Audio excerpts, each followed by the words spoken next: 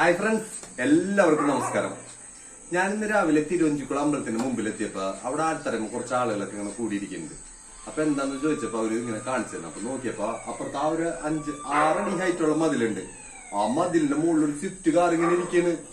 അപ്പൊ എന്താണ് പറ്റിയെന്ന് അവരോടൊക്കെ ചോദിച്ചപ്പോ ആർക്കും അത്ര വലിയ ഗ്രാഹ്യമില്ല. അപ്പൊ അവർ ഓരോന്നോരോന്ന് പറഞ്ഞിങ്ങനെ പെട്ടെന്ന് ഇങ്ങനെ തെറ്റി വന്ന് അങ്ങനെ വന്നൊക്കെ പറഞ്ഞു. അപ്പൊ ഞാൻ അതിനെ കുറിച്ച് കൂടുതൽ അന്വേഷിച്ചപ്പോ എനിക്ക് അതിന്റെ CCTV ഫുട്ടേജ് കിട്ടി. അപ്പൊ ഞാൻ കാണിച്ചു തരാം അതെങ്ങനെയാണ് സംഭവിച്ചെന്നുള്ളത്.